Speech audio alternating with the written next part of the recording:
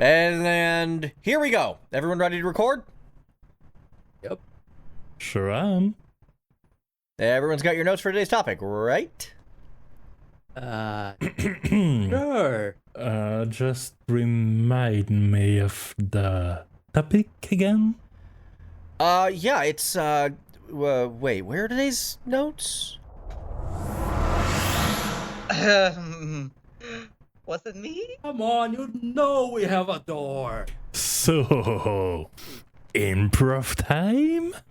I guess so. Today we talk about whatever the heck Random wrote on that paper that just went flying out the window. Yes. Welcome to the Music Arcade.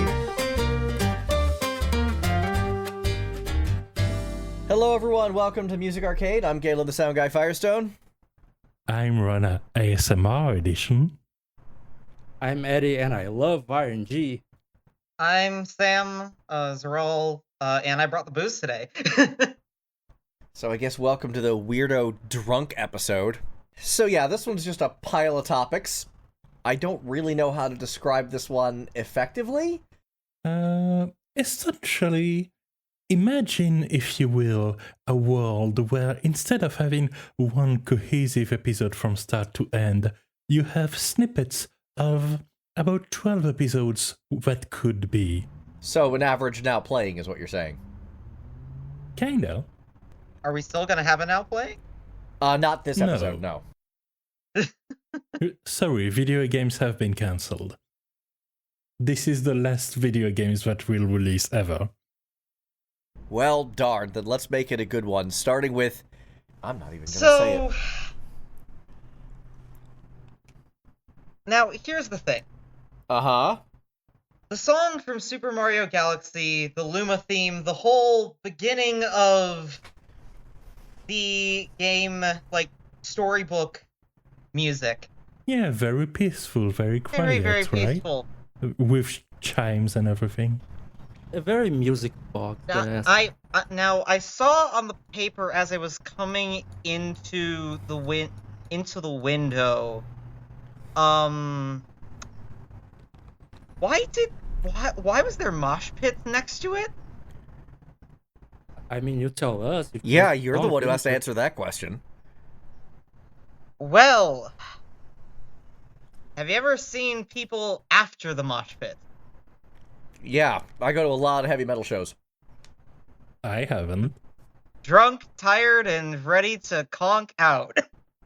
Well, that's 2 out of 3 for me. Yeah, also 2 out of 3. Possibly the same 2 out of 3, despite the difference in time zone. Not gonna lie, I'm pretty proud of this one. I will use my constitutional right in Brazil to remain silent. Now I want to look up what the actual Brazilian Fifth Amendment is, assuming there is one, and just see how different it is. That'd be very funny. Welcome to Music Arcade, a podcast about international law. Anyway, Zero, please continue. Oh my god. So, winding it down, obviously you might have maybe a track to either go out with a big bang, or maybe something to cool down for the night. This seems like something to cool down for the night, right? Right, so your point is that it's more about the after effects, I see. That's an interesting point of view. Unless you decide to play around with it and turn it 2 times speed. That'll get you going. What I got from this is that this song is meant to represent what I end up like if I do choose to go on a mosh pit. You know what? I'll be honest. Zeryl's onto something here, because anytime I go see a heavy metal show, afterwards, my first thought is something deeply relaxing, usually in the form of comfort food, but I get it. Yeah, like the big loud music that's cool provides release, and after you release, you are pissed. That checks out. Yeah. Alright. Honestly, there was an additional possibility, and I like your opinion on it, Sam, given that you've obviously given it a lot of thought. Sure. And that you're the one that picked the music. What would a mosh pit in lore or anti-gravity look like? Especially with very lightweight beings such as the Lumas. Would you like to be thrown in and find out? Actually, you know what? I just see a jumble of stars in a very ball/planet-like shape, which seems very fitting to me, at least. So I'm kind of down with that. Against each other, Yeah. Like I don't know if any of you have experienced more and played Electroplankton, which was this DS program about essentially musical gadgets. Like there was this one where things were falling and you could tilt leaves to create different kind of rhythms and sounds. And I could see one such gadget where you could shake low gravity, like a snowball, essentially, a snow globe, full of Luma-shaped elements that give a little chime whenever two hit each other. That could be a Luma mosh pit. Now I'm just thinking of pain-based music. Just hitting two Lumas together until you make sounds that are cool enough. Metal. Oh my god. Galen, have you ever played Galaxy? No, I've never played Galaxy. We gotta change that. In fact, fun fact, Rana and I think it was just the two of us, did an episode of games we'd never played. And a song from Galaxy made my list. Yeah, I believe so, yeah. That certainly rings a bell. Unintentional initially, but I saw the line anyway. The pun is strong in you, as always. Something next Christmas special. Planning intensifies. Bold of you to assume we're planning on that far out. I'm already planning what happens next week. Speaking of bold, how about bald? Baldurs. Oh God, Yeah, Rana, sure, good enough. your disease is spreading. Oh, God. That hurt in my soul. Gee. But, yeah, so, for some reason, one of those notes that got scattered as Sam entered fall on my lap, and it said the drop elusive target from Hitman, which it's weird that it said a specific level, but okay, I went with that.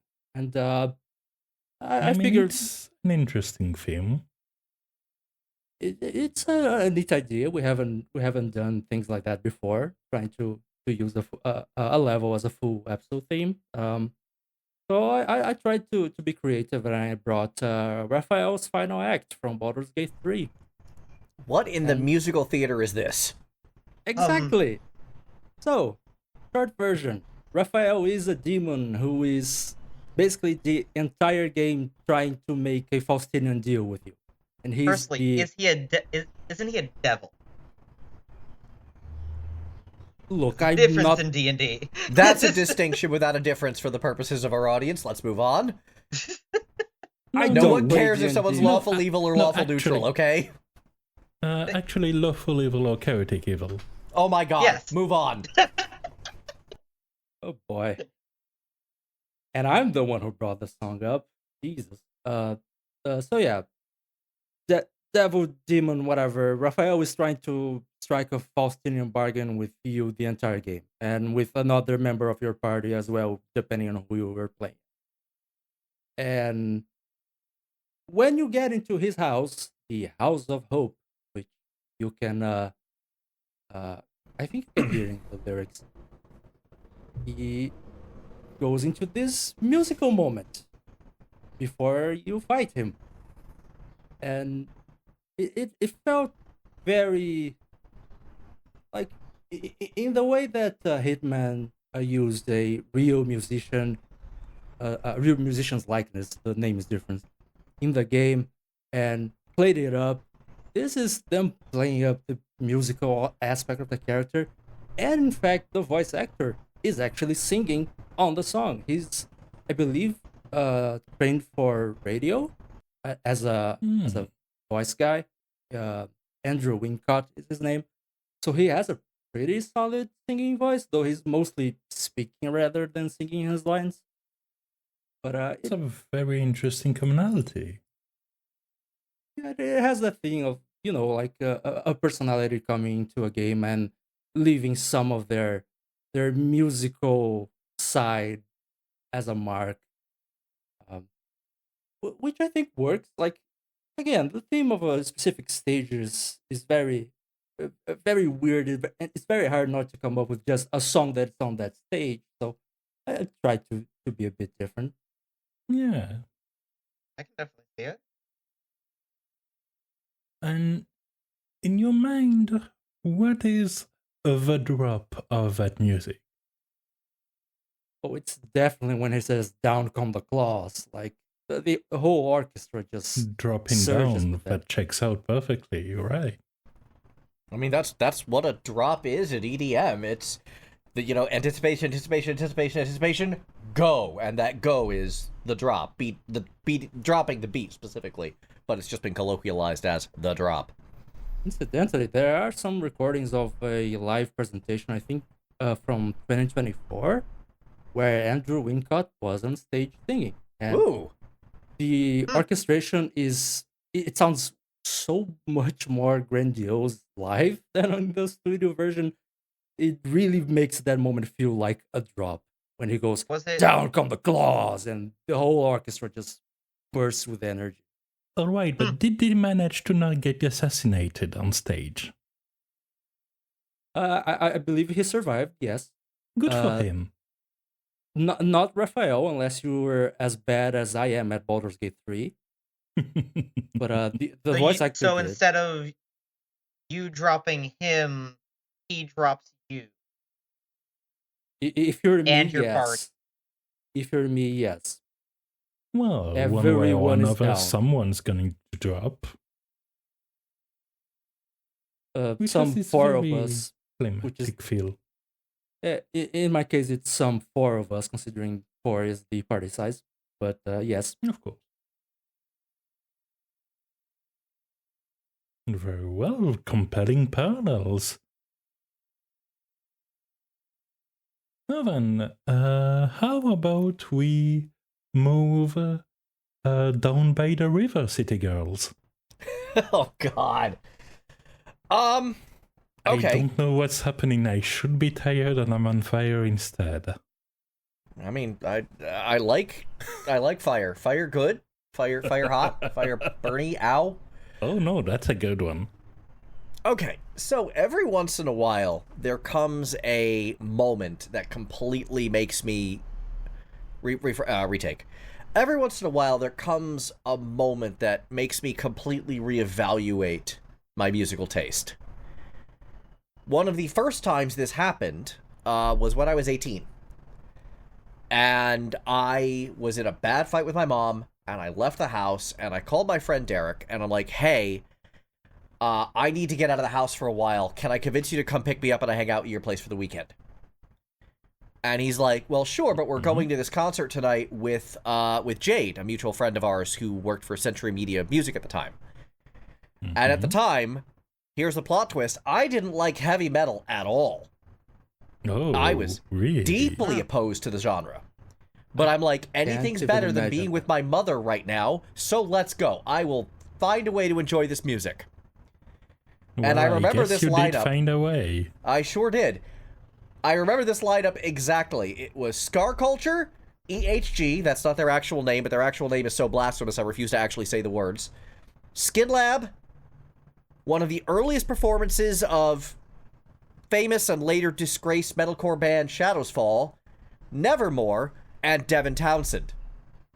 Scar Culture came up first, and I was like, oh, is there something here? Second band came up, I had no interest in them whatsoever. Shadows Fall, Skin Lab.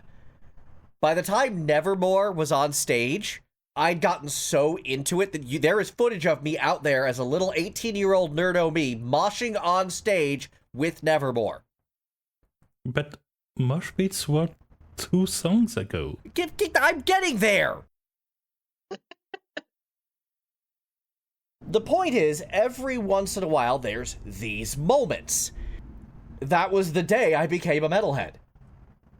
Yeah, something that changed your taste and impacted them in the future. Exactly. And there's been a few moments of this. I just mentioned Devin Townsend. Well, later on, he very loudly went, "Everyone sounds like Meshuggah," in one of his songs. Meshuggah is a famous band of the gent subgenre of extreme metal. I've never really been a gent guy. Never really been into Meshuggah, never really been into Mastodon, who are kind of math metal in that general region. It's just never been a style that really clicked with me until it was. There was a Ginger song that I'm like, oh, I get this now. This clicks in my head. One of the most... Let me see if I can contextualize this. I was in very much a genty sort of mindset going into the early 2020s. I wasn't listening too much on the melodic end. I wasn't listening too much on the more progressive or more sloppier end like thrash. Like, my metal taste had become really just sort of focused in this one kind of like 4 or 5 band stretch, especially after getting burned at some concerts by bands like Soilwork, who I was on the outs with at the time because they put on a bad live show. And I'm like, gent is basically the only thing I'm listening to. And then I played River City Girls. Yeah, then I played River City Girls. And that is not a gent soundtrack, that is the opposite. That is almost entirely 80s style synthwave. And this damn song came on, Now, The Hunt by Megan McDuffie. Before we proceed, would you say you were, before that, an 80s synthwave guy? No, not at all. That's my point. I'm betting. Continue. Yeah, that's my point. I was not an 80s synthwave guy. At all. I thought, like, the Knight Rider soundtrack sounded ridiculous. I thought this whole subgenre deserved to be left in nasty old cassette tapes in my garage. Like, no, get it out of my sight.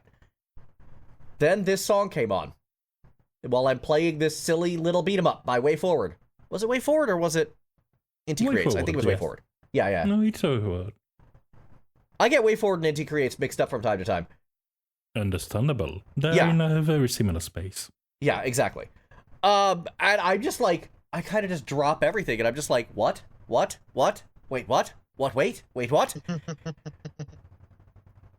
And I like, had to, like, I found myself kind of, this particular song plays in a mall area before you beat the boss. I was putting off beating the boss so I could keep listening to this song. What the hell's going on in my life? This is the song that broke my gent spell. Oh, fascinating. Yeah. Now, when you say broke the spell, does it mean you listen to other tracks in the genre after that? Of gent or of synthwave? Well, both actually. The answer is yes to both. Honestly, I've been more comfortable. I mean, I don't hate gent. I never fell out of it after I got into it. But I've been getting back into a lot more melodic metal. There were things that kind of moved me back towards the symphonic and power metal spheres.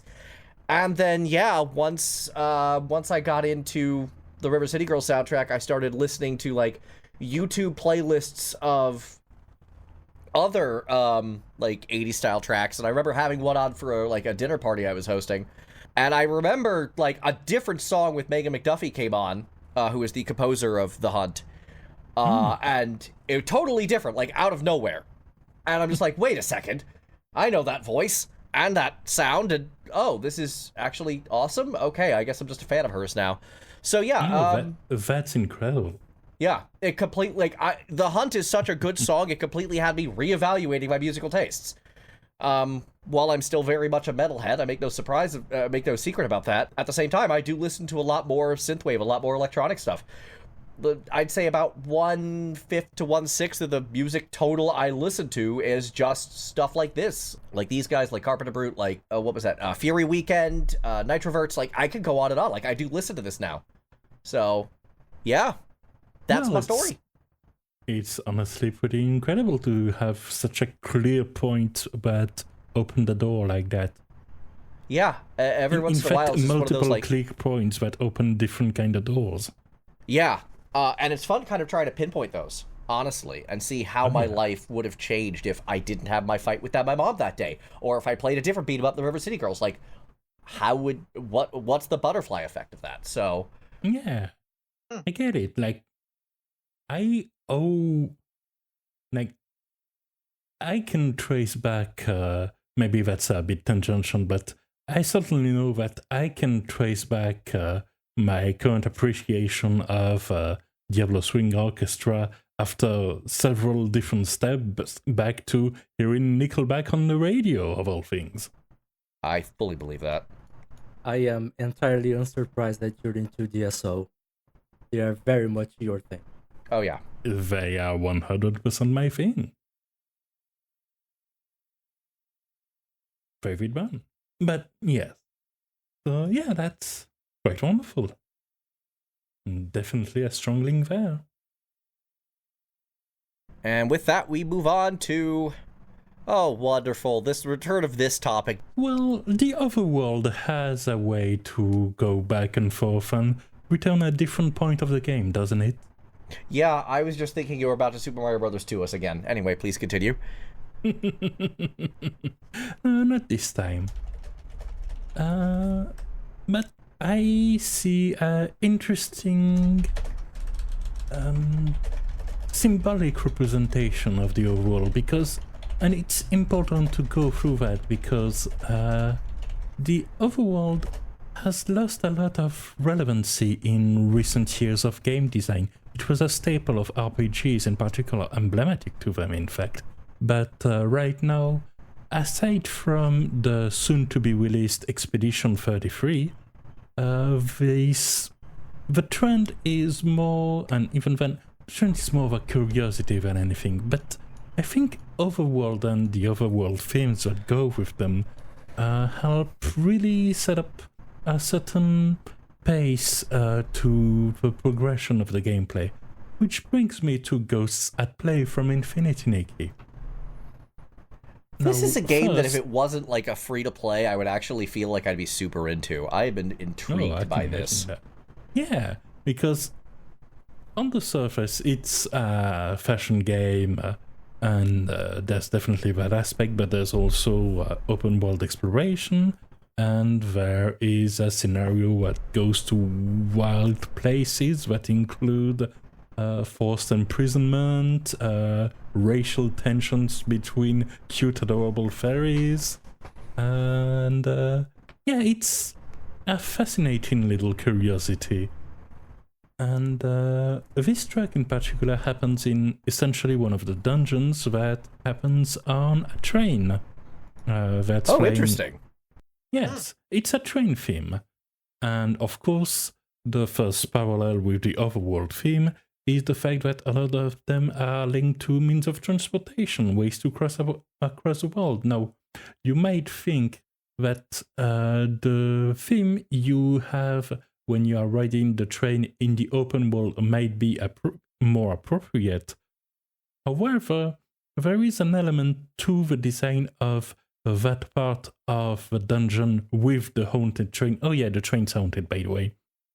Yeah, I was about to say, it's called Ghost Thing. There's this like super funky slap bass for no reason. There's that oboe that just shows up out of nowhere. Yeah, that's an oboe. I'm glad we got to bring that meme back. We do love our brick jokes sometimes. So the train is haunted, and that manifests by having on top of enemies and silly little jump scares, like literally cardboard cutouts popping out just to startle you a little bit. And there's also little floating ghosts that happen every now and then. And if you run into the ghost, instead of losing one of your hearts of health, they just take you in their ghostly, stumpy little arms and start floating off the train. And you have to go through the motions in order to leave the ghost and return to going along the train. And that is the essence of the overworld. Because what is the opposite of being in an overworld in a game, being railroaded. So you have the linear path going through the progression, and ghosts represent the little interruption, the side quest, the side content, the 7,000 times Charlie calls you in Final Fantasy VII Rebirth. And this feels like a distillation and a modernization of the overworld theme. And it seems a bit fast perhaps for an overworld theme in concrete element, but given that an overworld is in a lot of cases a scaled down version of the world, I can see parallels to just walking around the plains or the lakes and just putting a fast forward button. And so I can definitely see this working in a fast forward night progression across the fields and the plains and the forests of a fantasy world. Suddenly I have Final Fantasy IX stuck in my head for reasons that are not super relevant to that. Okay, I'll just explain it. The Steam version has a fast forward button, so I've done exactly what you just said. Yeah, absolutely. Oh, Absolutely. also, Rana, Yes. how many train puns did you just make? Almost non-intentionally. Operational world almost. Now Even though they would be a chew-in. I have a very, very, very important question. Chew-in. Okay. You're on a train. It's a Yes. haunted train, and ghosts are Yes. messing with you. Yeah. Can you suplex the train? Unfortunately, you can't. And 0 out of that's 10, why- literally unplayable, move on. And that is why it is the worst game ever.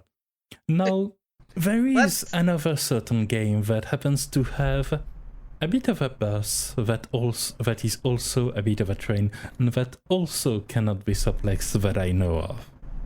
And that is also a live service. It's like I put those two games next to each other for a reason. I Give it a didn't sec put it to for a have. reason, Give it a it was sec for a random luck. color to get in front of that bus. It's gonna get flipped at some point. Anyways, steampunk dubstep. I guess that's a way to put it. That So, is a correct description somehow- of what I heard. It's got a groove to it, though. It's very jazzy. It is fantastic. You want to know what it also is? Firstly, perfect alarm to get up in the morning at dawn. True. Secondly, what's better to talk about the dawn than the dawn of the Industrial Revolution, and also of just this kind of electronic music as well.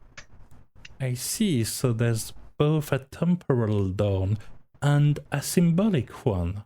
Wow, that's such a fitting theme. Indeed. Of course, while you're dealing with it and in game, you're also making this Jack the Ripper knockoff see the sun by giving them significant amount of tremor concussion. Yes, and correct me if I'm wrong, but Jack the Ripper tended to operate at night, right? So maybe there's a light of hope you can see achieving success. Perhaps that's what he's cheering for. It's certainly interesting layers. Don't mind the screaming in the background. I never do. I'm no snitch. Respect. Respect. Anyway, after that killed me, I'm gonna need to get a res. Oh, boy. Okay. That just clicked. Yeah, that I chose the next track, and that took a while for me. Jesus Christ. Okay, let's go on with our first Wish.com Scholars theme. Well, looks like that transition was a bit of a failure. Sorry, I'm still reeling from just how well Sam has absorbed Rana's powers today. I like to think it more like a mitosis than an absorption. Fair. Yeah, it's not like Rana isn't also hitting us with this nonsense. It's just coming at us from two directions now. They have us pinned. Resurrection from Terranigma. It's literally a 40-something second loop that keeps playing. But the way I got here is I tried looking at another one of those papers that went flying when Sam showed up, but I couldn't quite read it well. I think it said failure screen. And I thought I would do something interesting here because when you think of failure or failure screens, you think of a game over, of your character dying, of the mission failing. Right. Yes, certainly. Mm-hmm. The thing about Terranigma is that the story of the game, the lore you could say, is that it is in a constant cycle where the hero beats the bad guy, who then comes back and beats the good guy, who then comes back and beats the bad guy, and the only way to break the cycle is to let the bad guy win. Which you don't break the cycle, you just continue. You do win as the good guy, but the cycle remains. And Resurrection is basically the first step in your mission.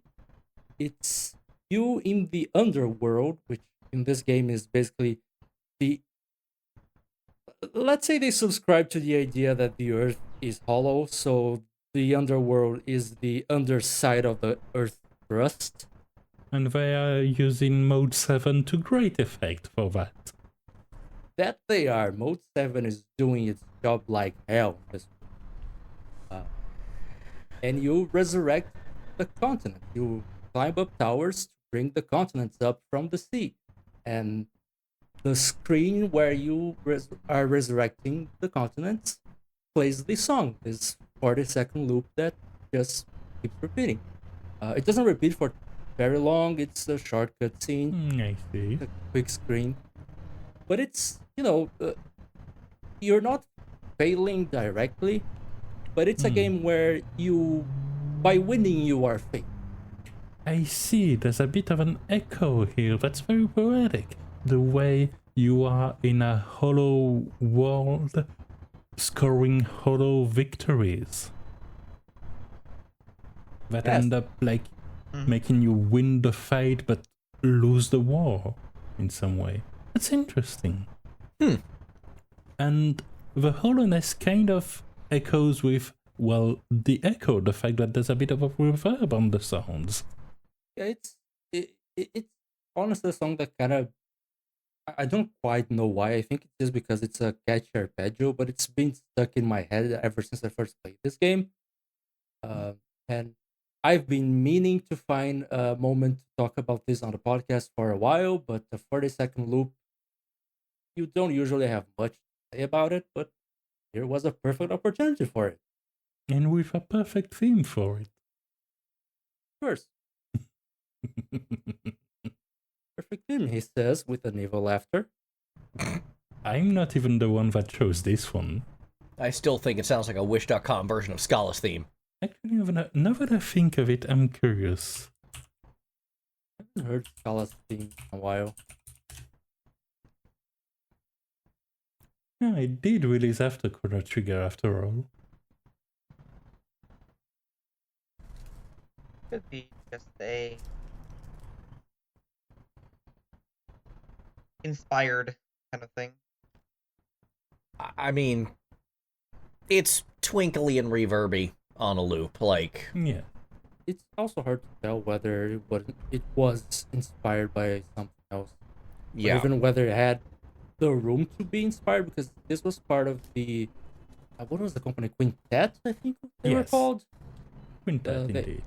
They had a trilogy of games where they weren't officially a trilogy, but they all shared elements such as being action RPGs on the SNES, where you're Soul Blazer, Illusion of Time or Gaia, depending on the region, and Terranigma.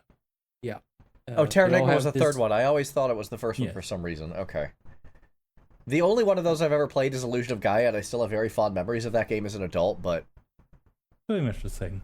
Yeah. All three also have these elements of like rebuilding the world or something, and the general world building is kind of similar, especially between Illusion of Gaia and Terranigma. Both use real world locations. Okay. It's hard to tell whether they had room to be inspired by Chrono Trigger even, but maybe they were. No, I It's not highly impossible. doubt it. And looking at the composer's VGMDB page and Masanori Hikichi, this still feels like a vibe that's present in previous work, including especially 1992's Evo's Search for Eden. Another one I've never played. You brought memories now. That game was kind of janky, but really had some really cool ideas. Now, how about we go from a cycle of eternal fight to a cycle of vengeance? With Shin Megami Tensei 5 Vengeance Battle Qadištu. You know what? It's almost funny because this song, I'm not even putting it on here for that purpose. Literally, its existence in a completely unrelated soundtrack because they have the same publisher overshadows that game's entire soundtrack in my mind. So if you want to get really technical, this isn't even for SMT5 Vengeance right now. This is for Pirate Yakuza in Hawaii. I'm angry that this song is in that game because I cannot stop listening to it in that game. Oh, yeah. They gave me the option. They regret this. They should hopefully regret this. Like, I knew what I did when, before you even began playing, I sent you the cropped screenshot with just the fact that there were SMT5 tracks you could put on your in-game music player. You knew exactly what was going to happen. Oh, yeah. Does anyone here know how to do CPR? Because I think we broke Sam. That's why I have the booze. No, the one safety training I did was essentially how to use an automated defibrillator. No CPR lessons included. Oh yeah, and how to properly call 911 equivalents in a helpful way. So Good my lessons. sorry, go on. No, I was done. So my topic is lyrics that hit hard. Yeah. And the lyrics in this song are very hard to hear. They are buried under a very powerful vocoder. You could say that again. But here's the I thing. certainly got hit hard. They exist. It's kind of a relief. So, earlier SMT titles, most notably the big famous one, Shin Megami Tensei 3 Nocturne, had a soundtrack by Shoji Meguro, who's at this point better known for Persona, even though they're the same, like, sub-franchise. Oh, yeah. All of the Nocturne boss musics, except one, and battle musics, had lyrics buried in the music itself to try to enhance the sense of basically the spirits of that world yelling at you. Yeah, that's a nice touch. I know It Monster is. Hunter Rise did something similar. Right. Like, this is a very cool musical technique. You're not really meant to understand them, but they are meant to haunt you. In a way, they're there to set up a presence more than to identify it. Exactly. This was not present in SMT4. This was not present in SMT4 Apocalypse, from what I've heard of that soundtrack. This was not present in SMT5 Vanilla at all. Those soundtracks were done by... So they're adding songs with lyrics in such battles as a Vengeance exclusive kind of deal. Exactly. Fascinating. Yeah, so you have, Meaningful. so you have this Shoji Meguro soundtrack that is the game that got me into the franchise as a whole, and it kind of colored my expectations for it. Like, this is how this should sound, right? Even though it literally never has since. SMT4 was done by Toshiki Konishi and Ryota Kozuka, I think, is the name. Checking the SMT4 episode description for the confirmed version of... Yes. No, not of that element, because we are only listing the composer for the tracks we're actually talking about. Never mind that then. I think these are the same composers for this song. I think it was Kodishi and Kozuka again. Well, good then. Yeah. Kodishi is probably best known as the lead composer on Persona 2 Innocent Sin, which we talked about in our underrated game soundtrack. And Kozuka is just another one of these, like, along with Kenichi Tsuchiya, one of the, like, not Shoji Meguro Atlas regulars. Yeah. And they kind of took over SMT mainline as of SMT4. There was nothing for Apocalypse. Strange Journey was Meguro, but sounds terrible. Like, another thing that isn't a secret about me is I do not like Strange Journey soundtrack. And then, finally, with the Qadištu theme, there's this vocoder going on, and there's lyrics again. They gave it back to us, and it creates this sense of tension that was largely missing from the SMT5 vanilla soundtrack. It creates this energy that wasn't there. So it doesn't matter if I can't understand them at all. The fact that they exist hits really hard. That it does. But it does. The fact it's present at all, the details matter less than the large picture. Yeah. So Fascinating. how does this hit harder in Pirate Yakuza? They let me listen to it, is the short version. How is it harder in Pirate Yakuza? The whole reason this is on here is because it lived rent-free in my head for weeks now. I can't get rid of it. Do you wish you had an option to have a karaoke stage with that track? Oh, God. I mean, I'm going to be honest with you, I could probably scat to that song pretty good. I will say, I get where you're coming from. I'm just angry that Rena went for the joke of the lyrics got hit pretty hard before I could. You still have a lot to learn. Listen, that got close to the edge of a problem.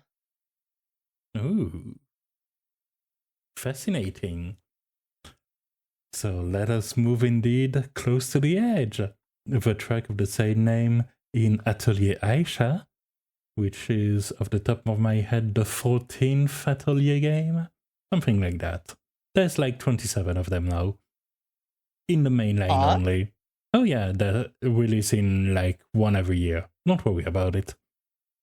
What matters is how this seeming boss theme evokes to me a specific image of not only a sunset of the beach, sunset at the beach, but one that never could have been. Unfortunately, but maybe in another life. Let me set up first some crucial elements you need to know about myself. I live in Alsace, France, which is on the northeastern side of the country, pretty deep inside to the point where we have a semi-continental climate rather than a coastal one, because we are indeed quite far from the coast. And I've traveled in my life a few times in places like Belgium or the middle of Russia, but never really in a place that are at the edge of the sea, which means that I only really went to a seaside beach once in my life. Really? Yes. And that time was to meet friends I met in a role-playing forum and play some tabletop role-playing games. But we didn't just do that, of course. We also went to the beach. A rocky beach, not a sandy one, mind. Okay. And those are fun. Yes, and one of the memories that stuck with me, and I'm getting somewhere, don't worry. Namely, that one of the memories that stuck with me is that at this beach, next to when we were coming back, which wasn't at sunset yet, I heard there was a concert in town in Nice, which I couldn't attend to. We had other plans, but that concert was Matmata, a band from Brittany, but with very strong rock guitar themes, almost kind of punkish at times, and there's this energy of that I could have had of this beach and this sunset I couldn't see there because of these other plans that never was, but if it happened, would likely sound kind of like close to the edge. Yeah, Also, focusing not on the memories and the associate very personal elements to it. This track, which is meant by description by the composers itself, have the soul of a JRPG boss battle in it. Yet there is calmer bridges before the faster pace restarts, starting first at around 1 minute 6 seconds, which evoke a calmer time, like a tide receding before crashing back again like waves moving back and forth into low and high energy, and that is very reminiscent of a beach as well. Day move into night, high tide rolls into low tide, fast songs move into slow songs. I'm gonna be honest. The first thing I heard this song, like that intro, is very Hirota. It goes in a different direction after, but that opening bass line, I'm like, if this was in Shadow Hearts, I would not be surprised at all. Those first like 4 or 5 bars. Oh yeah, like they're really stretching, and have this very this track that almost folds onto itself at times, kind of like a wave. Okay. Well Honestly, spoken. I think out of all the songs that I've discovered today, this might be my favorite because it has some really fun prog rock esque vibe. This is really yeah. good. This is a really good song. They understood the assignment, and like Atelier Aisha is my favorite Atelier soundtrack period, and this is kind of one of the centerpiece. Yeah, if this is a good example as to why, I get it. Very honestly, diverse like, still. this one and the Limbus Company track are the two that I'm like, I could absolutely listen to these again on my own time. Yeah, it turns out when we'll fill in the themes later, just put in tracks you like. There's some pretty likable tracks, and some weird ones. Yeah, let's move on to one that I think is actually quite weird, especially given the song that it's remixing. Let's talk about A Risky Bet. So, in stealth game, there is music that you have that is often the quieter, like, more active sneaking through. But what happens when you get spotted? The Metal Gear Solid sound effect for one, and if not, it's a bad game. I say that being a massive Hitman fan, but still, go on. I'm looking at my library of Assassin's Creed and Hitman. Everything ramps up. The urgency rises as you realize that everything is going in a much different direction that you thought it was going to go, and you're going to have to adjust tremendous. Especially if you're a hero. Don't remind me.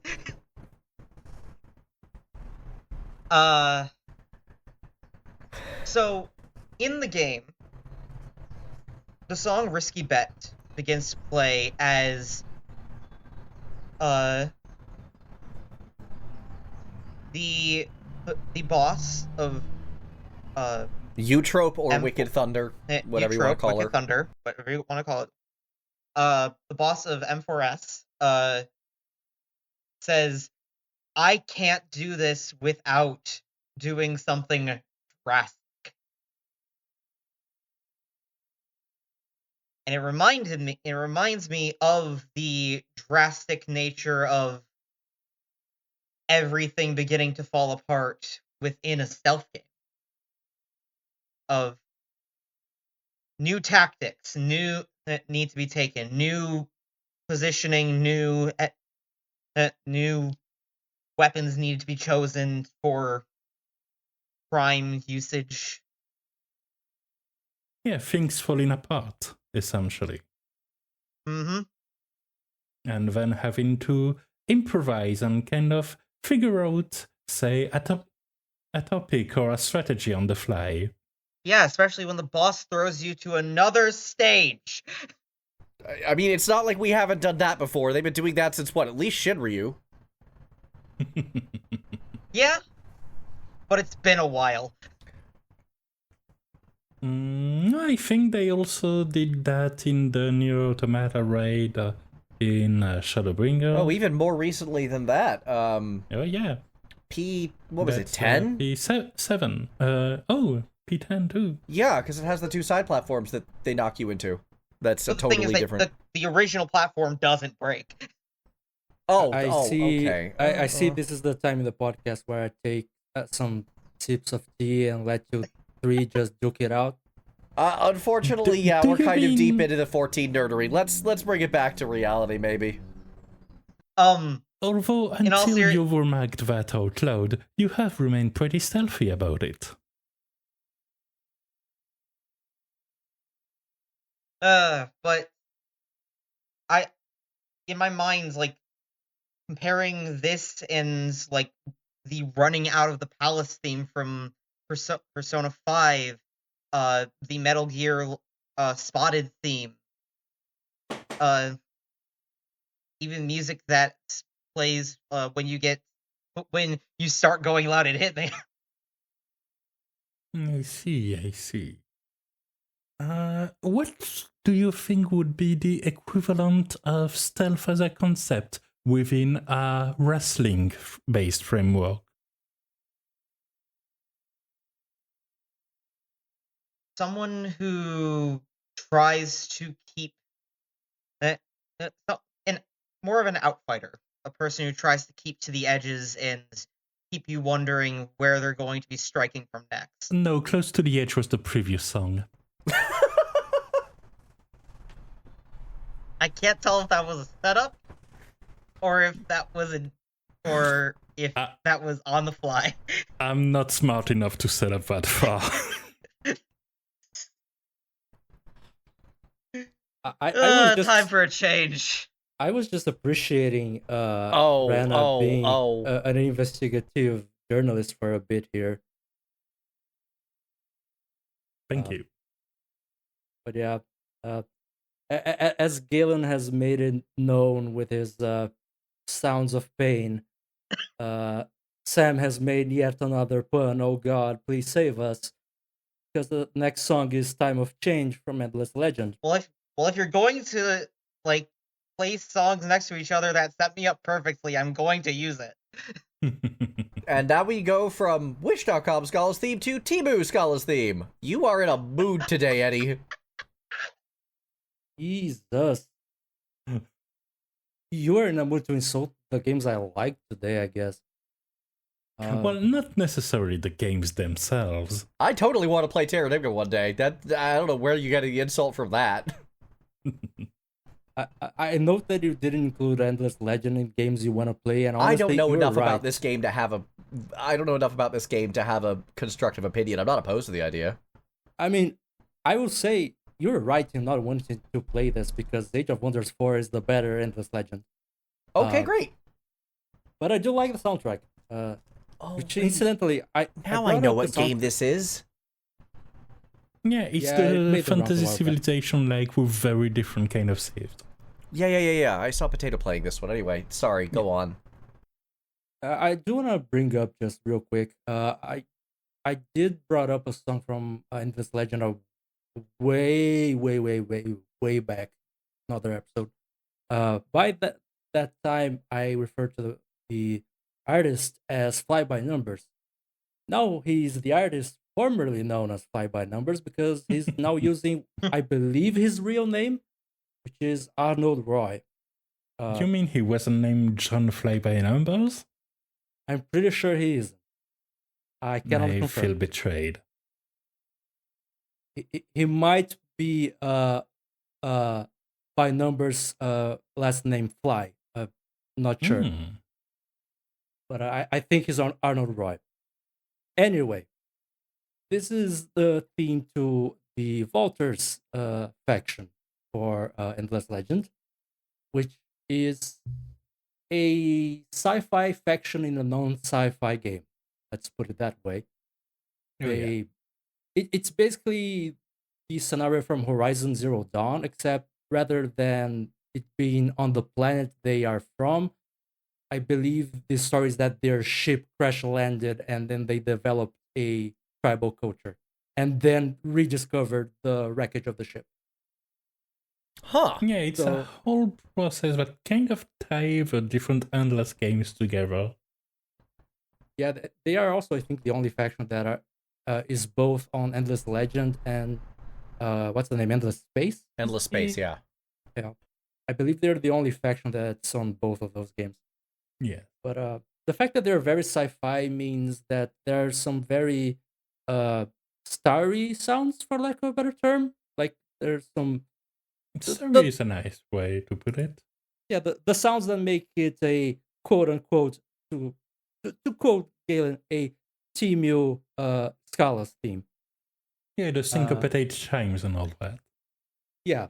And well, I was a bit lost when I saw the final bit of paper flying out the window saying kart racing. But I think you could draw parallels from between this song and the Rainbow Road from Mario Kart. Oh, fascinating angle. Go ahead. I mean, it has that very spacey vibe to it. Rainbow Road depends a bit on game, but I'm particularly familiar with the original Super Mario Kart on the SNES, where the Rainbow Road was very bare bones, very it was very straightforward, with the main gimmick of the track just being that it had no boundaries. You could fall at any point. Yeah, Let's not they forget were the just thwomps like who are that. just ready to ruin your day. Yeah. Depends on the Rainbow Road. Well, I we're see talking we about the have Super shared Nintendo one traumas. specifically. Yeah, the SNES. Yeah. But yeah, But I since see we it's have shared traumas indeed. that we do.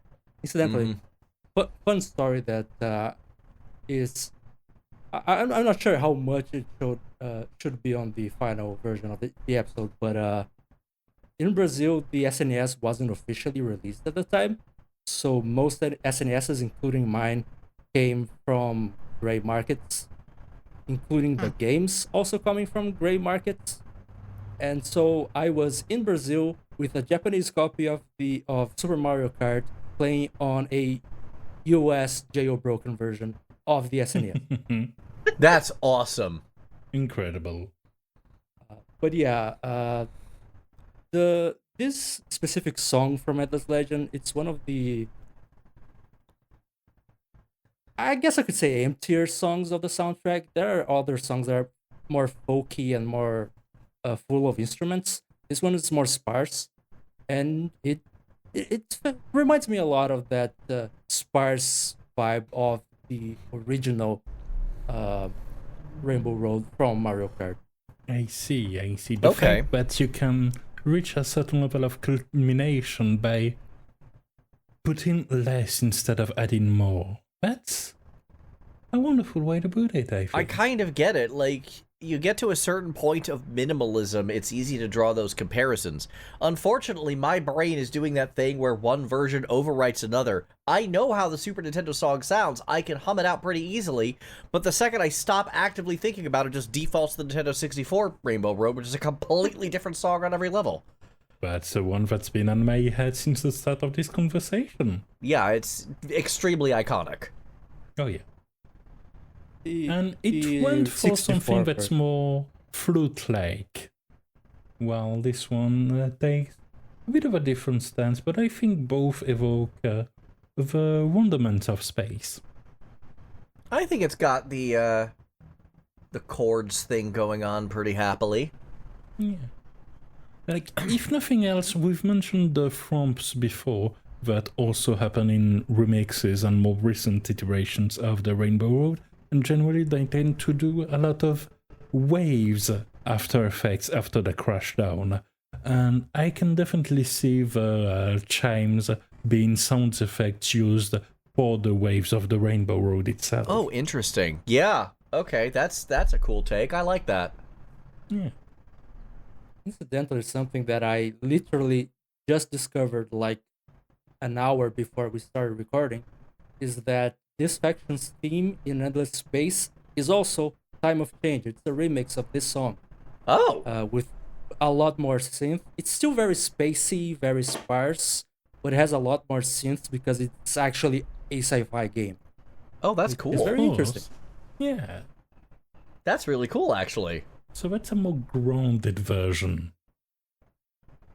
Yeah, this is... I think this version reflects their story in Endless Legend, where they start relearning their culture as they discover their crash ship.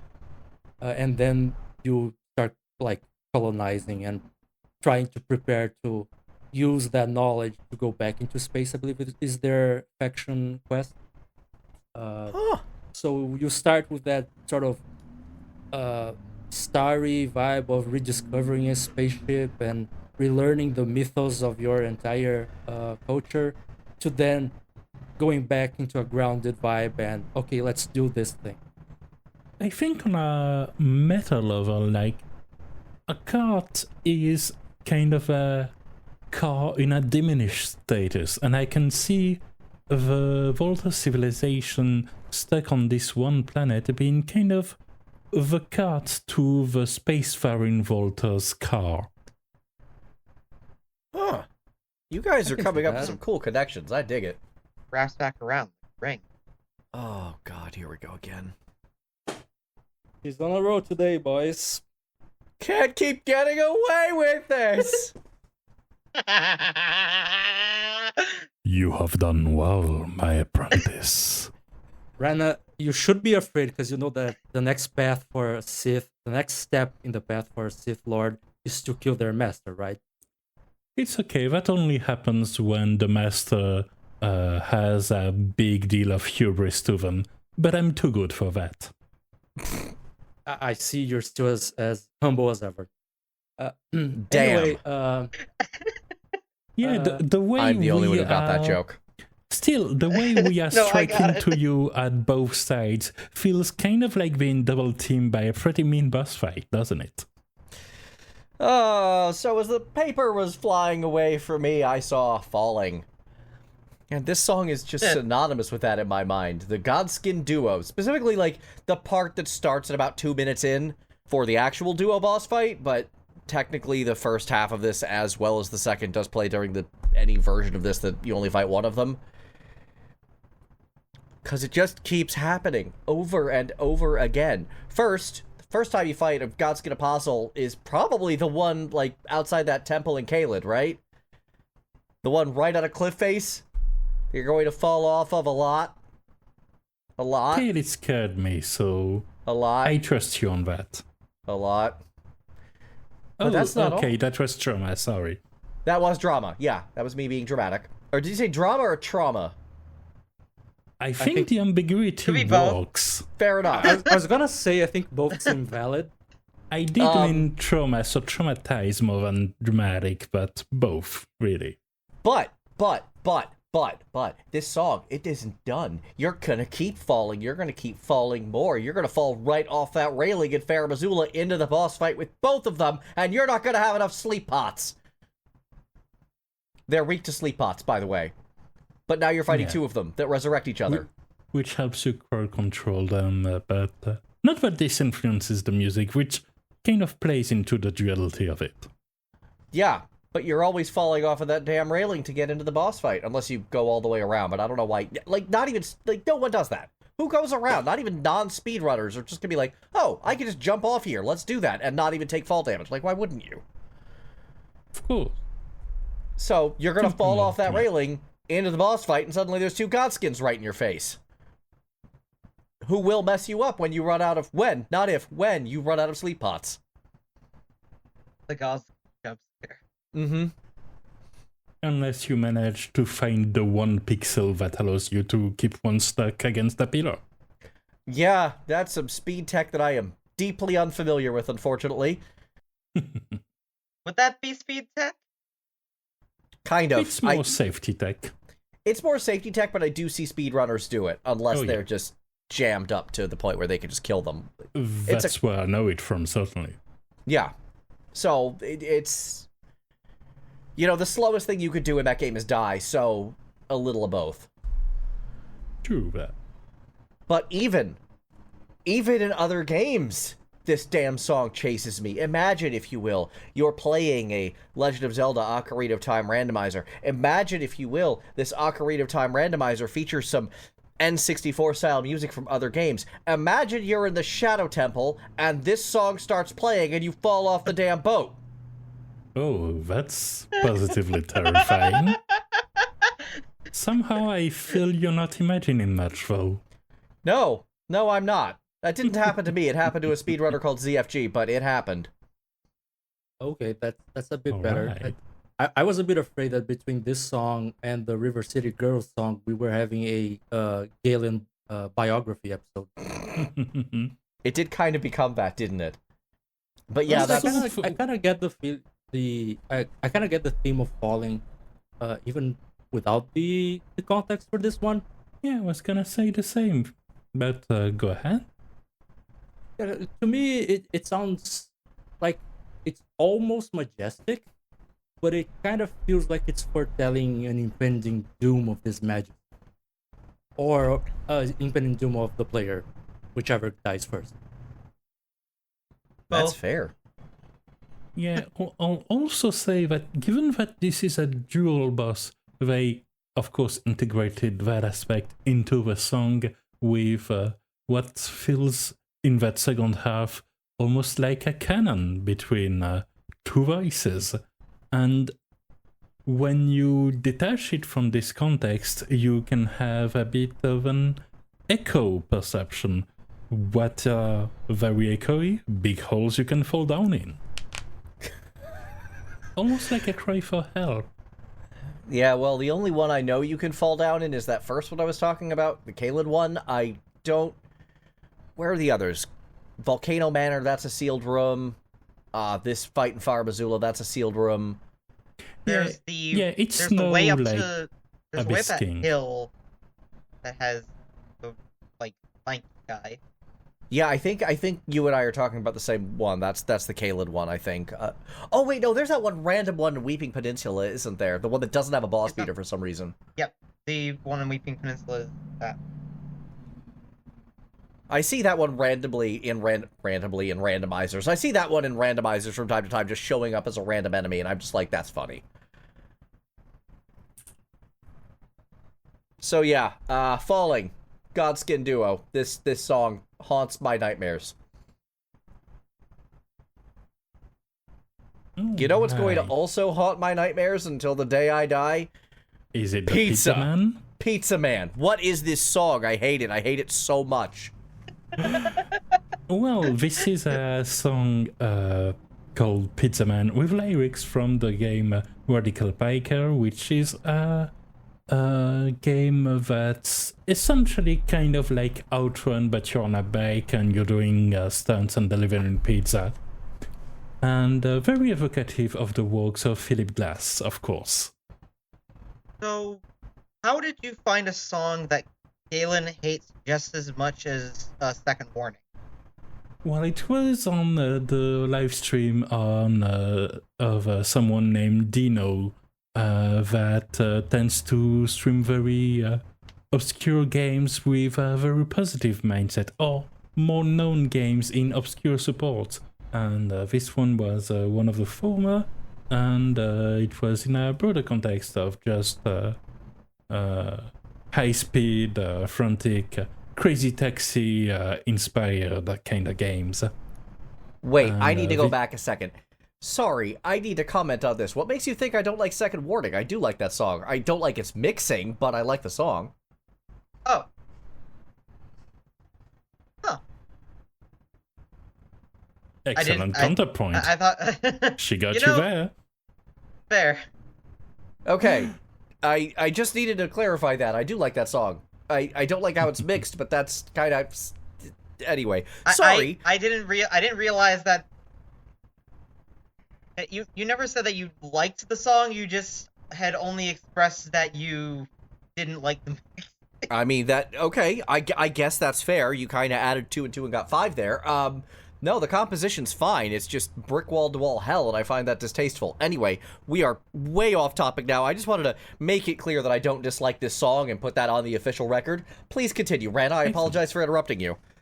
I was going to worries say at all. I ran out of tea here, so I would like to note that for anyone listening to this who wants to check the game or the song, remember to write radical with a K rather than a C, because 90s.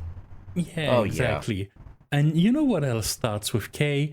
It is the main work I know Philip Glass from Koyaanisqatsi, which is less of a movie in a conventional sense, but more of an audiovisual reflection on cities as life forms, to simplify it. And if you take a city from this perspective, then the pizza man is the blue-collar red blood cell of the city, the one that delivers the loved pizza right to you. And this song, a celebration of this pizza man, feels like it is very much in line with this perception. I would then like to bring to your attention the fact that from the very first lyrics mentioned that he's living on his own. This is important because it implies he's not working at one specific pizzeria, but takes contract work as a gig economy worker, which, given that this game released before these app kind of ecosystems boom, means that it takes a different perspective and something that stays relevant to these days, as pizza has a sort of eternal appeal to the modern life, which I think resonates again with this work. But that's not the big send-off that seals the deal for me. That music has by itself a simple, cool, stylish kind of vibe, but then try and slow it down by 50%, and you will notice that the organ part of the song surfaces suddenly, flows to the surface, and reveals a hidden depth of tone that makes it, when combined with the slowed down lyrics, sound almost like a hymn or a prayer, adding a mystical element of the utterly mundane turned sacred for what is calling the pizza man, but praying onto your phone for sustenance. And it's free delivery. Okay, but like, turning it 50% makes it sound mildly demonic. Sam, I have a request for you. Can you please pass me some of that booze? Because I think I'm too sober for this. I could certainly. I mean, I have the portal set up. I can get over to you. Need it though. Well, if you ever need something delivered to your home, you know who No. you can call. No pizza. No Free pizza. delivery None of in that. 30 minutes, Shame all on your you. money back. Now Rana is draining the power out of Sam back to him. I need to just yell about this song for a moment. Who approved this? This is recorded like butt. It's too much auto-tune. Guitars are all out of whack. I can't even tell if they're on the beat. It's too normal to be punk and too crap to be anything else, if you don't mind me paraphrasing Kyle Calgren. Oh no, I think that's a solid fit, honestly. It's like this song is more cheesy than a quadro formaggi.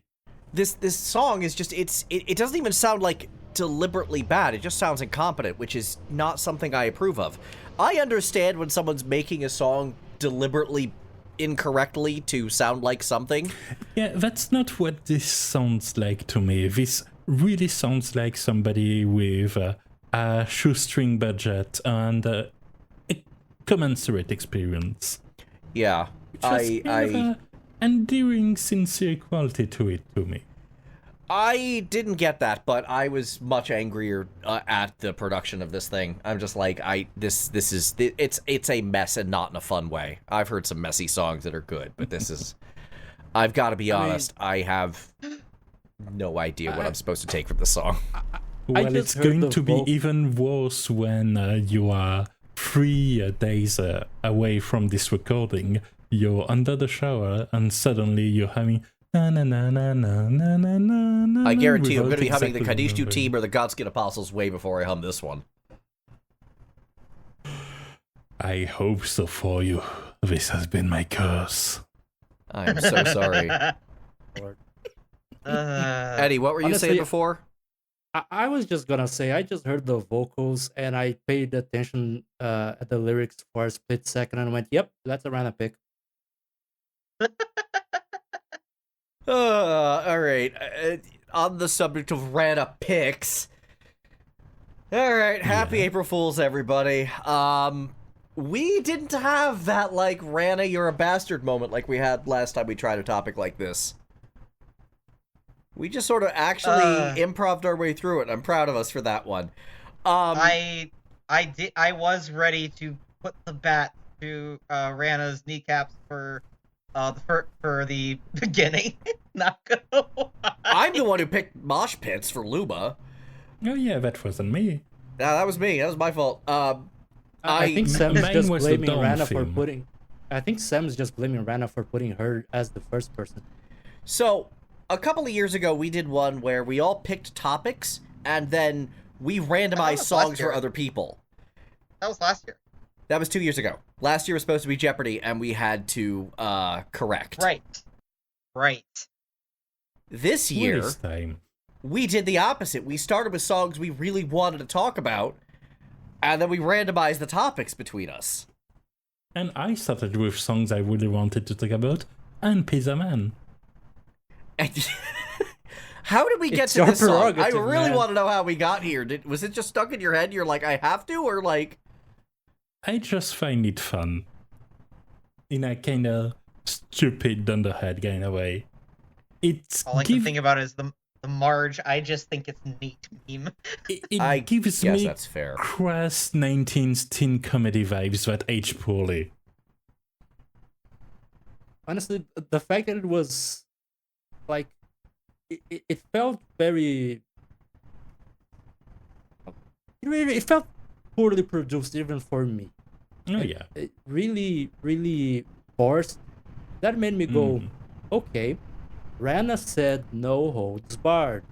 Let's go with something out of the blue.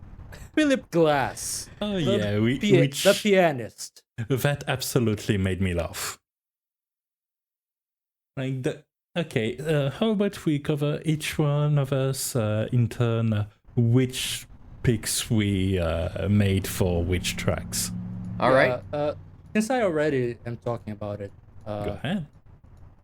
so the themes I chose were for The Hunt, Gent, for Galen. That one was kind of a medium one. I didn't know how to connect them until I don't know why I remembered that first I remember why I remembered that first concert. It was because of the Devin Townsend line. Everyone sounds like Meshuggah. How do I play that in? Oh, wait, I've seen Devin Townsend live at my very first metal show. Connection. Okay, I can get there. That was a history lesson, but that one was actually quite challenging for me to put together until I figured that part out. Yeah, Honestly, it's a perfect common pick for the two of you, given that I would have had to Google the word gent before figuring out what this meant. Yeah, no, I wouldn't have picked Gent for you guys, but like, I'm happy that I at least made you stumble a little bit, because 2 years ago I picked the most absurd themes possible for you. You did, and I just slammed them. Yes, Well, both of them. So would you say you were gentlemanly? Oh, Jen? yeah, for crying out loud.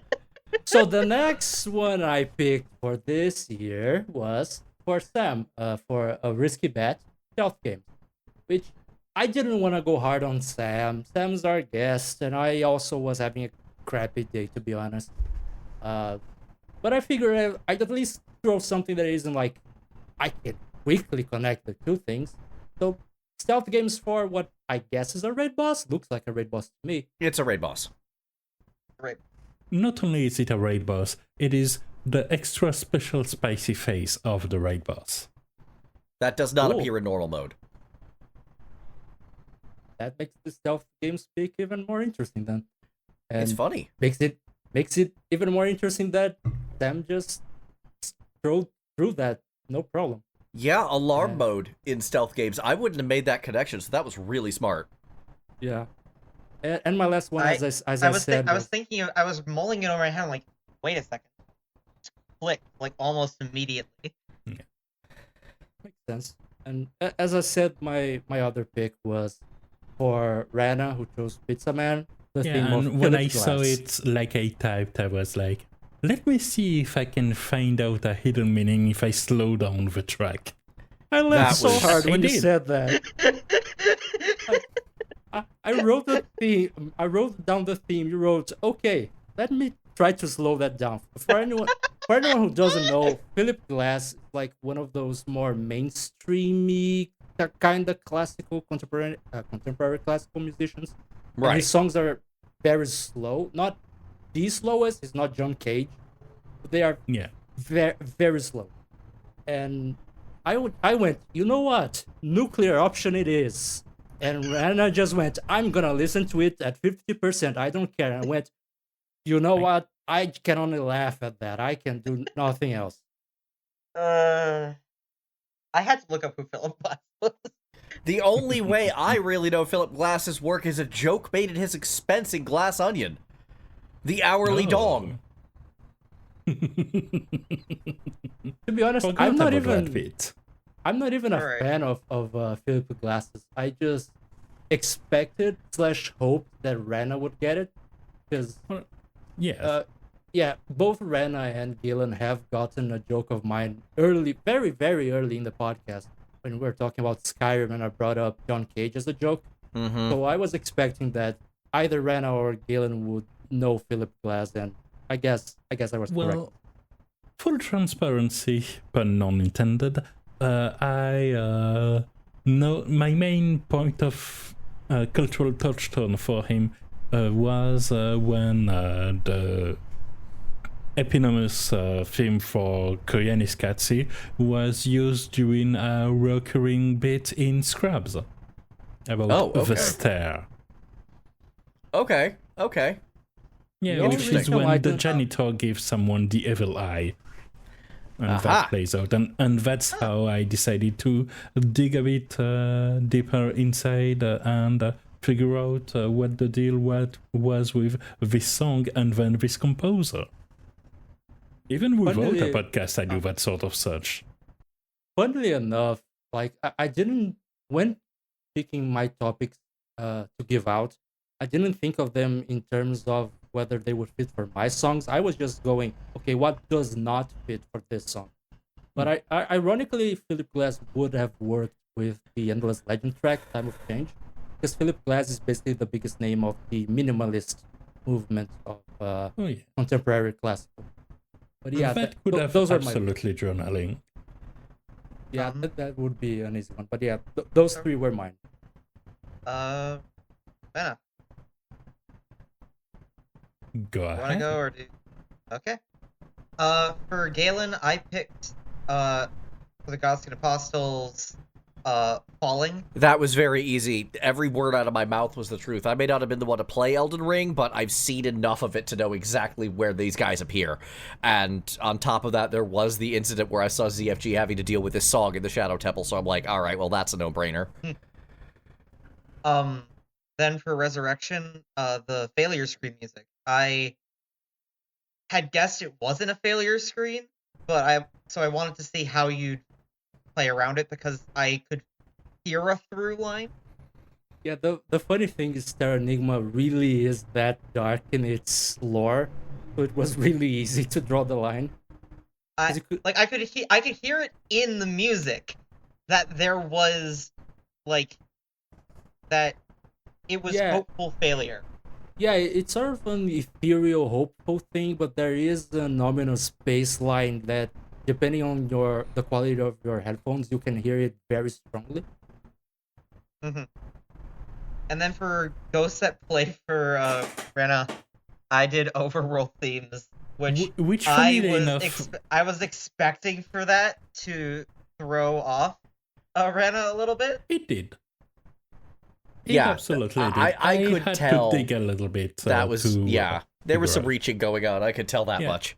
Especially given that Overworld Themes was one of the episode themes we actually did in the past. Thus the Mario Yeah. Brothers 2 thing, where I'm just like, it's a song for Mario Brothers 2 named Overworld, and I'm just like, that was one of the few songs I was tempted to outright veto. I'm like, this is wrong. But Yeah, with like I say this with the utmost love for Rana. There are some times where I look at songs that Rana picks and I go, "What the hell? This doesn't fit." But okay, I'll let him cook. yeah, there's a lot of that on Hey. this show. As a Frenchman, I can cook.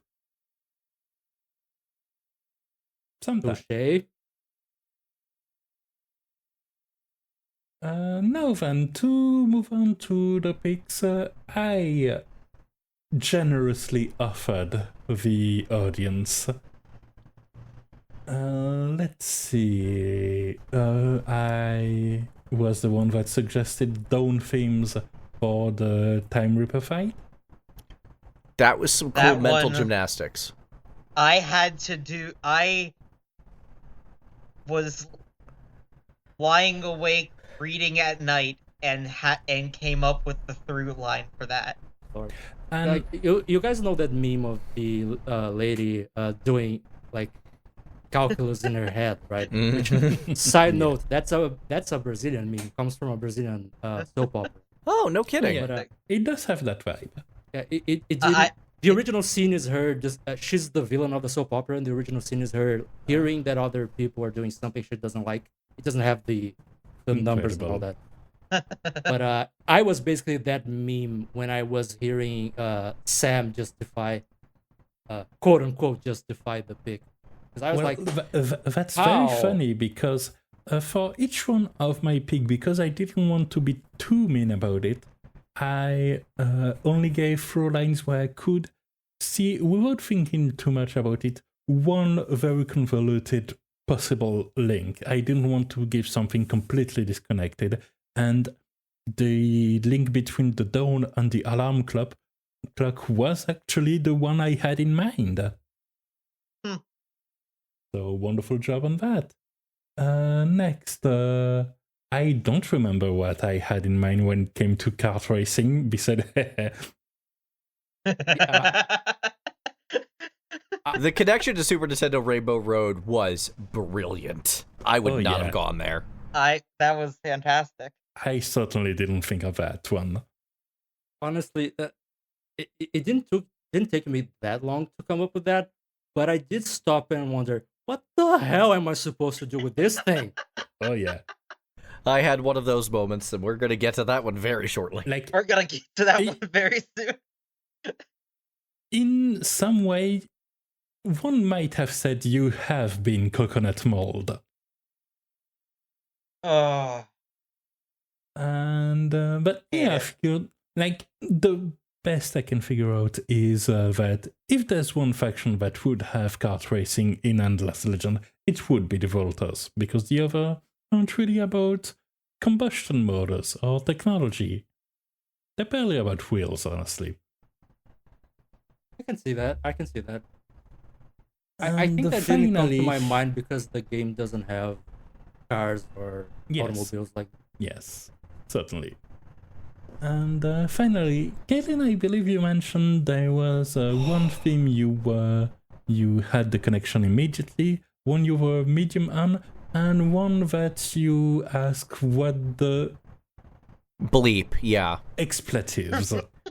Yeah, no, this was my expletives one. This is the one that's like, Yes. what lyrics? It's a vocoder. It's unintelligible, deliberately so. This one took me a Exactly. while, and I'm like, Oh, yeah. this, and I knew already it was a throwback to Nocturne style, but I had no way of connecting that, and I'm just like, no. I remember thinking to myself, and this is where I get the connection. About maybe 10 or 15 minutes before recording, I remember thinking to myself, You know, if you wanted lyrics, why aren't we just talking about the Fiend boss theme from Nocturne or one of the regular battle themes? Wait.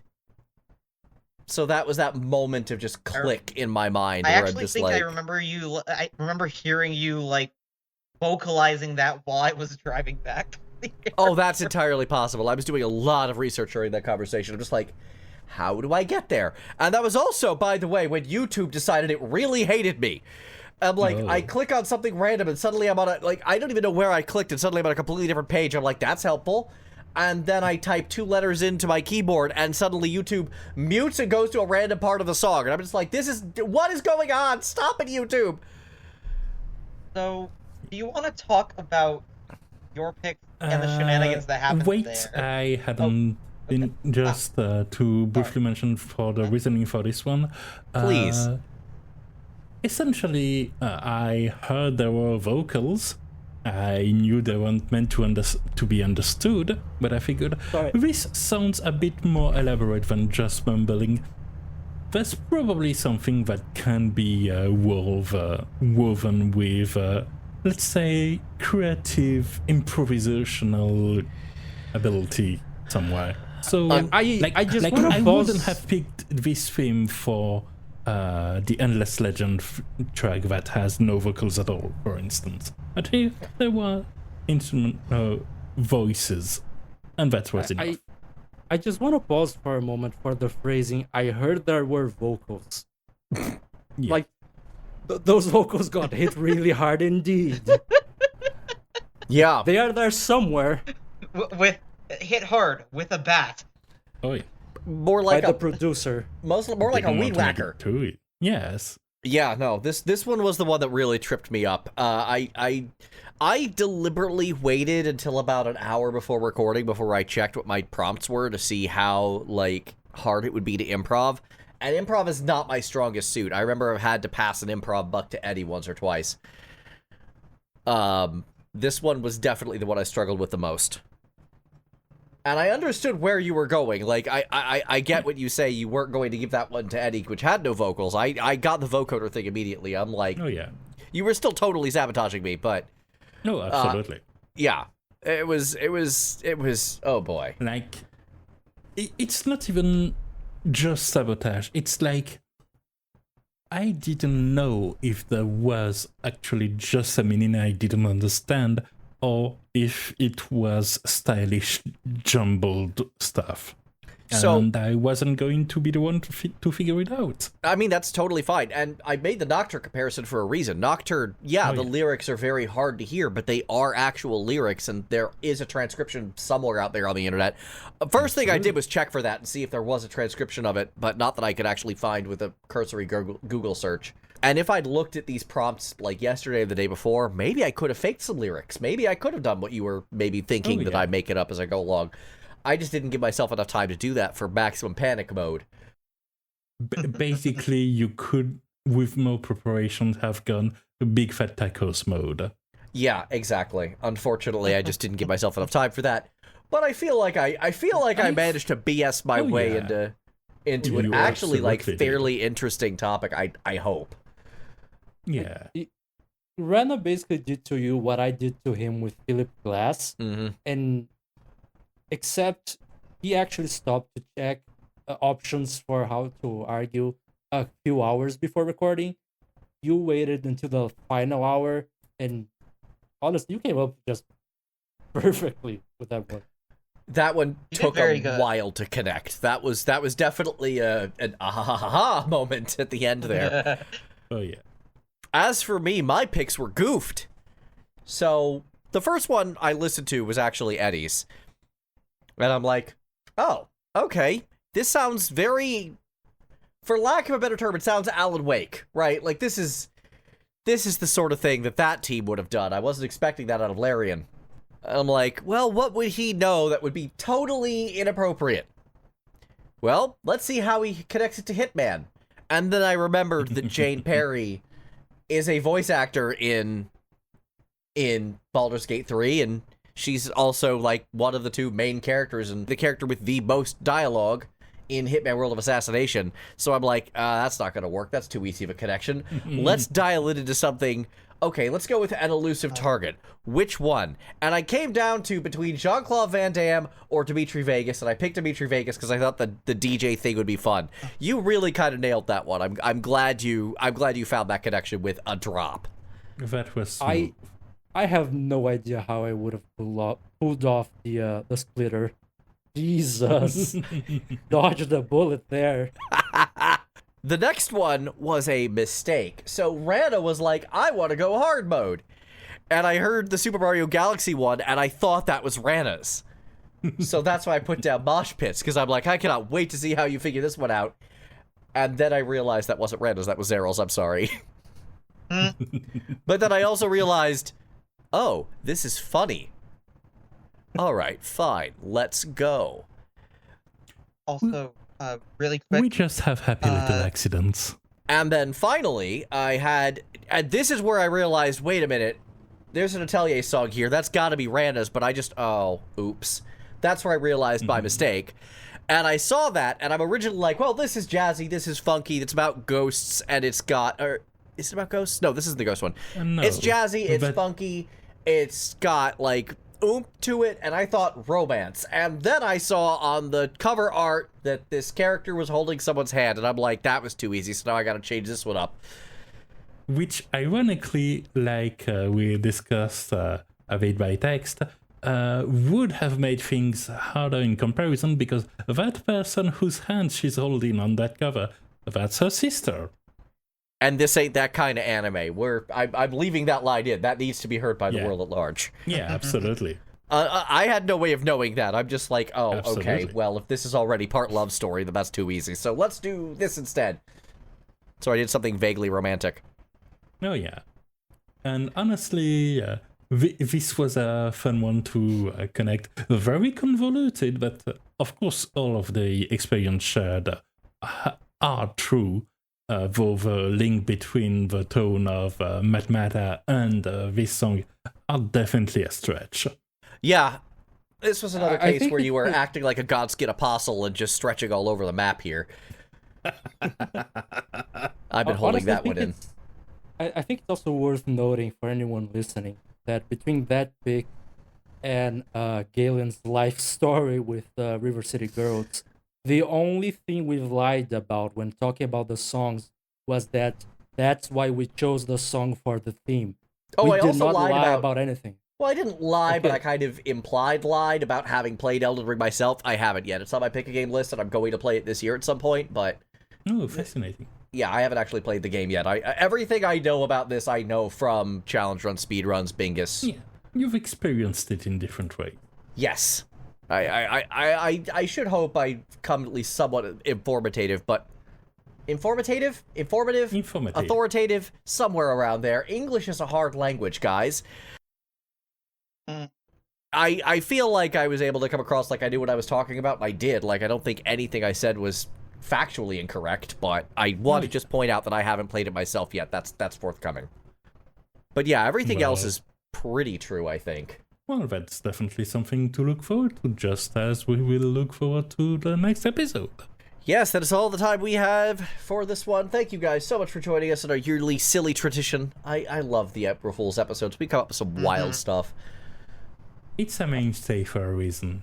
Absolutely. Shout outs to Rana for coming up with the ideas every year, by the way. No, they thought that was just Galen this year. Hold on. Sort of. It was Rana's idea. I just sort of refined it. Yeah, it was more like a back and forth brainstorm that eventually you landed with the final version. It's a I team think it effort was, overall anyway. Yeah, I think it was a back and forth that happened at 1 a.m. my time, so I just got a lot of notifications on my phone in the morning. Oh, sorry. No, don't worry. But yeah, this was a good one. I like to follow the podcast channel on Discord precisely because of that. And yeah, this has been another great April Fool's episode. I do love these. I'm glad we get a chance to do them every year. And I'd love more of an excuse to be this wild and wacky sometimes. I wish we had more of these. And yeah, Keep well, that we in made... mind. Please do. I know you said that ominously, but no, I'm legitimately and honestly excited for that yeah. idea. Yeah. Of course. I mean, wacky or not, we are doing this because it's fun. Yeah, absolutely. Thank you all for tuning in. As always, you can find the playlist and how to contact us in the descriptions. And we will see you all next episode. Take care, everyone. Bye bye.